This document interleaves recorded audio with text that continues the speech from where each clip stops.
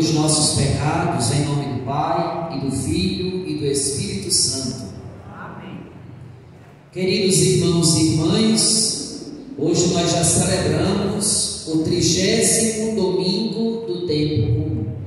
Mais 3 domingos e nós já estaremos celebrando o fim do ano litúrgico. Para a gente é fácil decorar porque é o dia da Romaria da nossa diocese. Então, a Romaria do Sagrado Coração encerra o ano litúrgico e abre para nós um novo tempo. É Deus nos dando sempre uma oportunidade de a gente amá-lo mais, de a gente se santificar mais. E nesse processo de santificação, nós nos deparamos com a palavra de Deus que nos aponta o caminho, que nos mostra a direção correta. Mais um domingo e o tema da liturgia é a oração.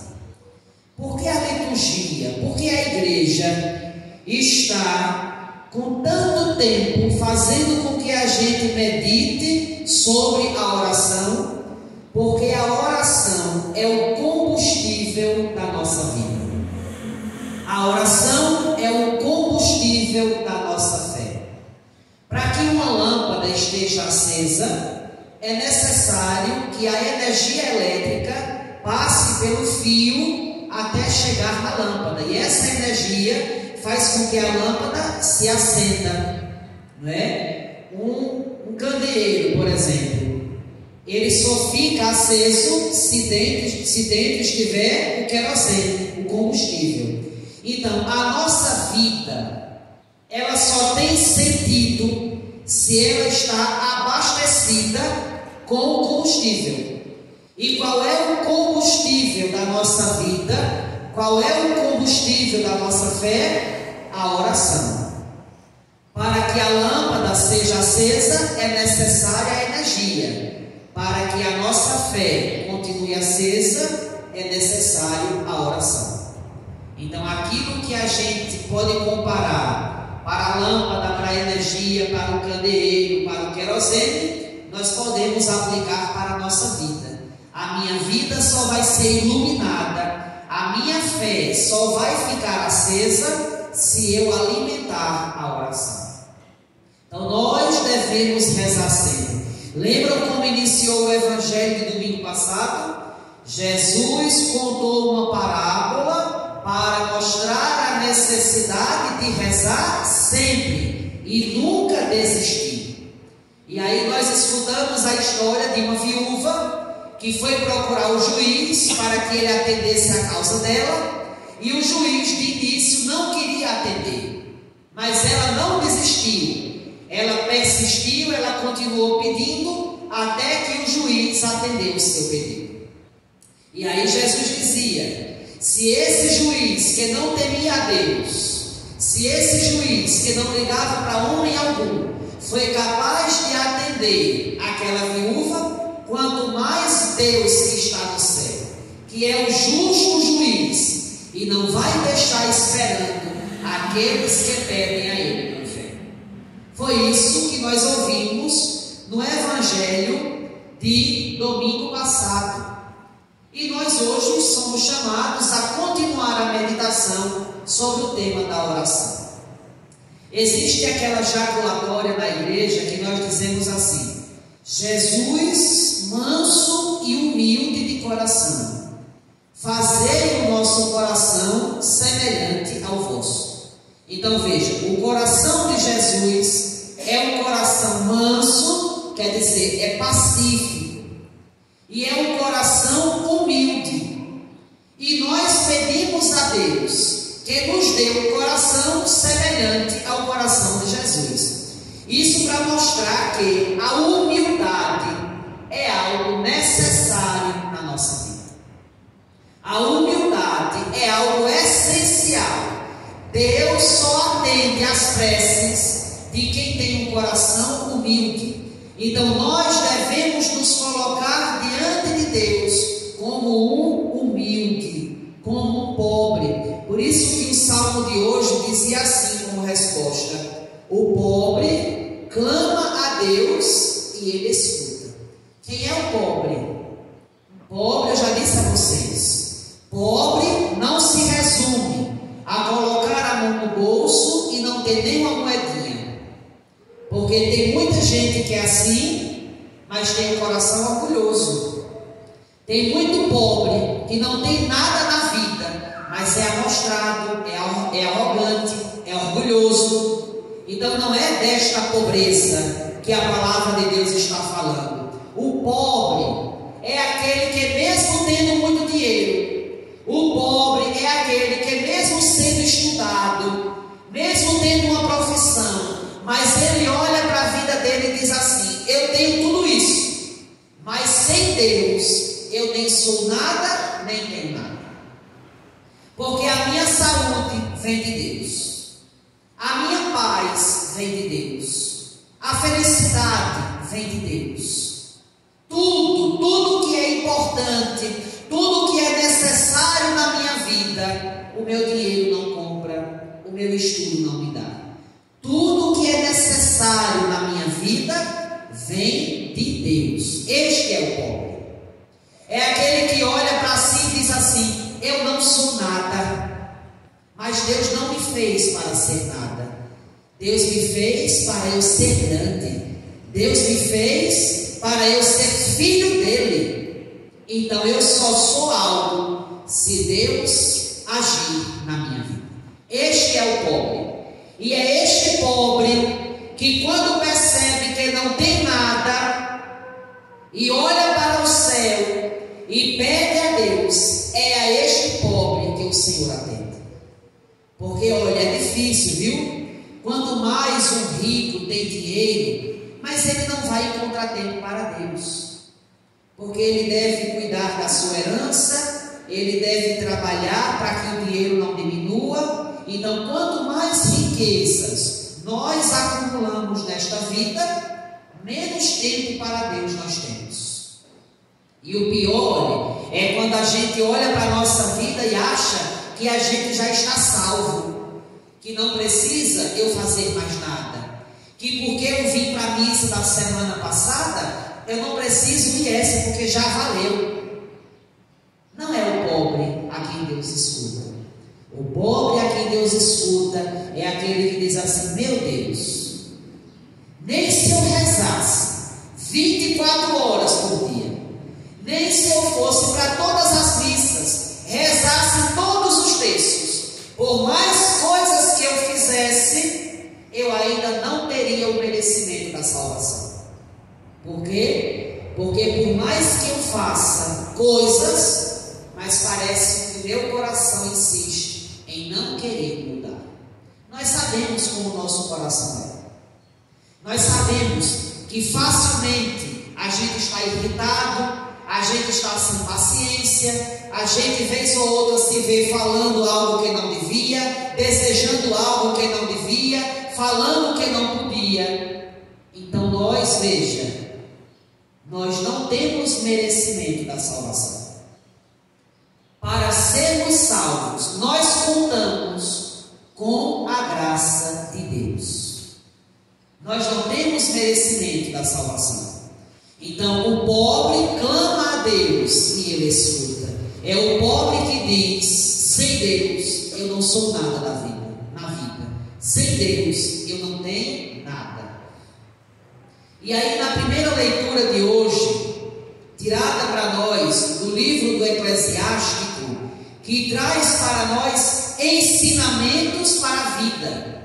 O livro do Eclesiástico nos ensina a viver de acordo com a palavra de Deus. E aí o livro do Eclesiástico diz hoje na leitura: o Senhor é um juiz que não faz discriminação de pessoas. Então Deus, olha, não vai olhar a cor da sua pele. Deus não vai olhar se você é preto, se você é branco, se você tem o cabelo liso, se você tem o cabelo cacheado, ou se o seu cabelo é twin.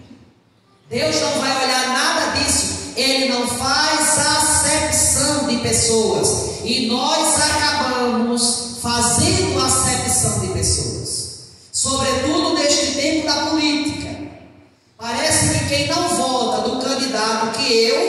já está no inferno, está condenado, não presta, é isso, é aquilo, é um fariseu, é um hipócrita. Quem é você para julgar o outro? Nós estamos numa liberdade. A democracia me dá o direito de escolher quem eu quero. E não é porque eu escolhi A que o outro que escolheu B é pior do que eu, não. Nós não podemos julgar o coração do outro. Deus não faz acepção de pessoas. E Deus não está preocupado com partido político. Deus está preocupado com o nosso coração. Porque é o coração que eu preciso apresentar para Deus. E como a gente faz a acepção? E o pior é quando nós trazemos esta acepção de pessoas para dentro da igreja. E Jesus, que deve nos unir, aquilo que Jesus une, parece que a política separa. Porque a gente insiste em trazer para dentro aquilo que não pode estar aqui dentro. Eu não estou votando para escolher um bispo, para escolher um papa. É para escolher um presidente, um governador, que seja melhor para os pobres, que seja melhor para o Brasil. Então nós não podemos nos dividir enquanto cristãos. Hoje em dia é católico intrigado de católico, já era briga entre católico e protestante, e agora é que está mais por conta da política. Não é isso que Deus quer. Não é isso. Deus não faz acepção de pessoas. Ele não é parcial em prejuízo do pobre, mas escuta sim as súplicas dos oprimidos. Jamais despreza a súplica do órfão, nem da viúva, quando desabafa suas mágoas. Está vendo? Então Deus está do nosso lado. Nós somos estes pobres que a palavra de Deus nos fala. É este pobre que sabe que sem Deus nós não somos nada na vida. É este pobre que o Senhor escuta. Então nós devemos nos colocar sempre como humildes, sempre como pobres diante de Deus. É disso que a palavra do Senhor nos fala. Então, para entendermos bem isso, nós escutamos o evangelho de hoje, que disse assim: Jesus contou esta parábola para quem? Olha, para alguns que confiavam na sua própria justiça. Quer dizer, para aqueles que dizem assim: pelo que eu já faço, eu já estou salvo. Estes, lá no tempo de Jesus, eram chamados de fariseus. A palavra fariseu significa aquele que está separado. Quer dizer, eu estou separado por quê? Porque eu me acho melhor do que os outros. Porque eu entendo da palavra de Deus e os outros não entendem. Porque eu acho que eu cumpro melhor os mandamentos do que o outro. Então este grupo na igreja era chamado de fariseus. Aqueles separados que achavam que porque fazia as coisas já estavam salvos.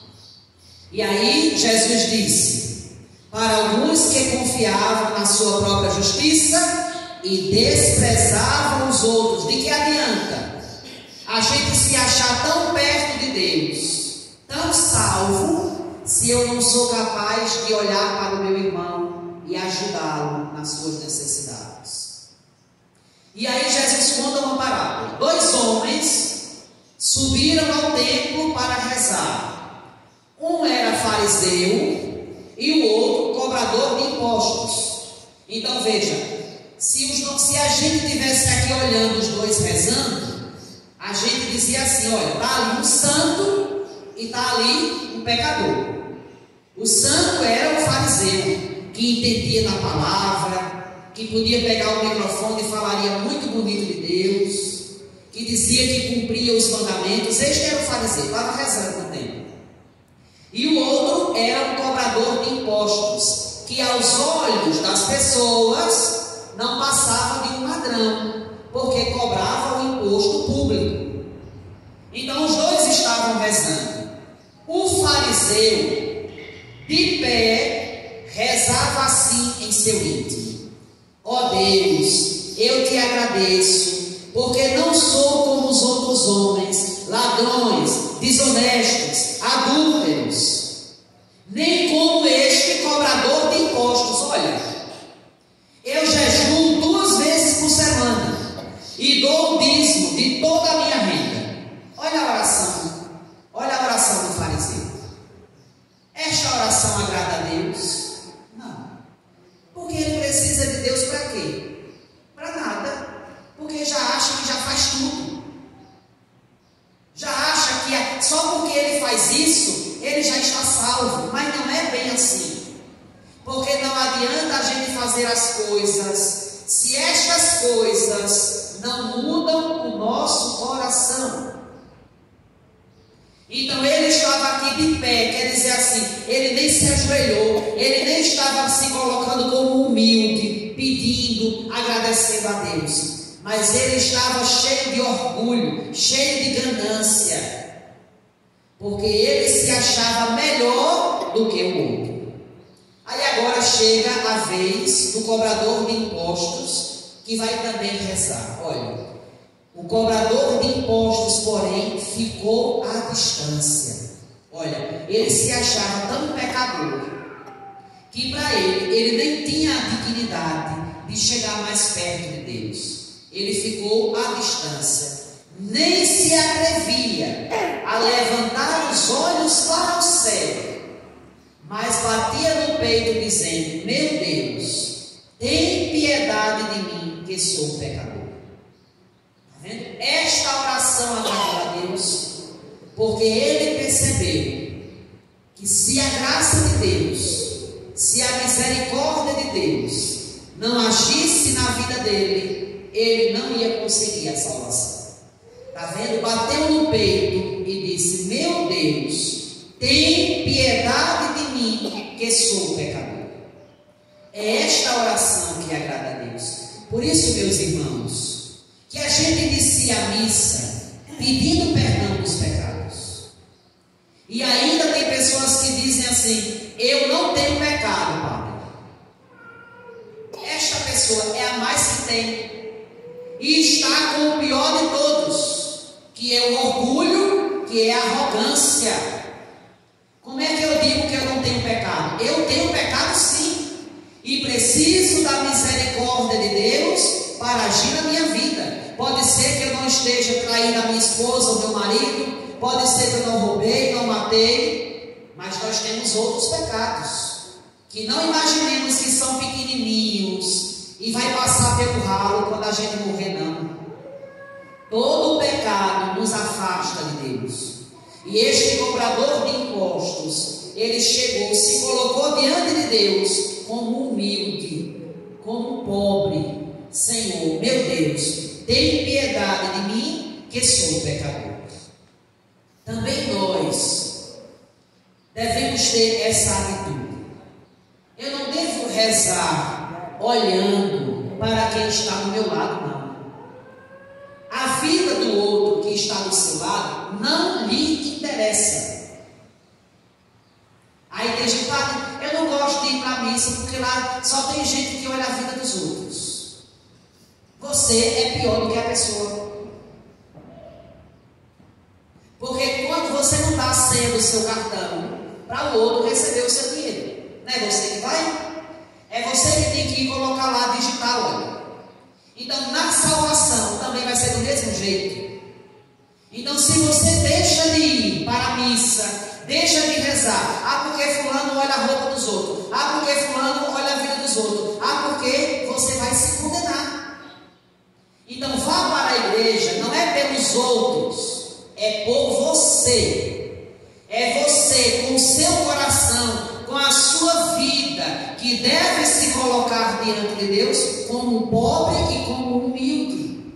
Agora, se você não seja hipócrita, se você quando se arruma para vir para a missa, se você quando se arruma para ir para a festa, tira foto no espelho, com todas as posições, para mostrar a roupa nova, para mostrar o sapato novo, o tamanho, e você posta, então a pessoa vai entender que quando você vier para a missa, você também quer mostrar a sua roupa. Mas por que você quer mostrar a sua roupa nas redes sociais e não quer que as pessoas olhem quando você vem para a missa?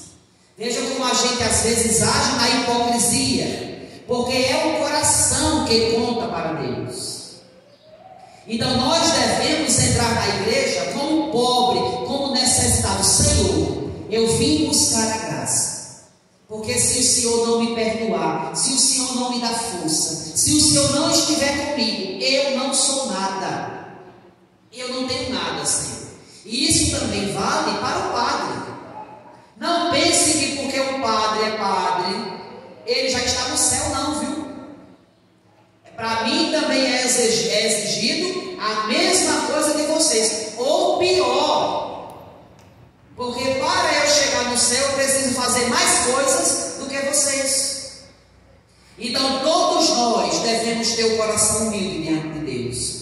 E aí Jesus diz: eu vos digo, este último voltou para casa justificado, o outro não. Pois quem se eleva será humilhado, e quem se humilha será elevado. Será que nós não estamos nos elevando demais na vida? Será que a gente não está querendo ser alguém que a gente não é? Será que nós estamos esquecendo de que nós somos pó e ao pó vamos voltar? Então nós não podemos esquecer disso. Não podemos esquecer disso. Nós não passamos de pó. Nós vamos voltar ao pó. Tudo isso que nós temos de bonito em nós vai passar o dia. Um dia vai passar. Nós não vamos ter nada disso que você acha que é bonito em você. Nada disso. Por incrível que pareça, meu cabelo era grande, viu? Quando eu tenho foto, eu pequenininho em casa com o cabelo aqui, ó. Bati aqui. Hoje em dia, cadê isso? Sumiram. Tá vendo? Nada do que nós temos de bonito vai permanecer. Tudo vai se acabar. Tudo vai se acabar. Por isso que nós devemos ser humildes, para pedir a Deus aquilo que não passa na nossa vida. Não é? Então, não ache que seu trabalho é mais importante, o seu emprego, a sua família. Não ache que sua casa, seu carro, seus bens materiais, tudo isso é conquista e você já chegou aonde você queria. Não ache que já chegou aonde você queria, porque nós devemos chegar no céu. E para chegarmos ao céu, nós devemos ter um coração humilde, que peça a Deus tudo aquilo que nos leva para Ele. Louvado seja nosso Senhor Jesus Cristo.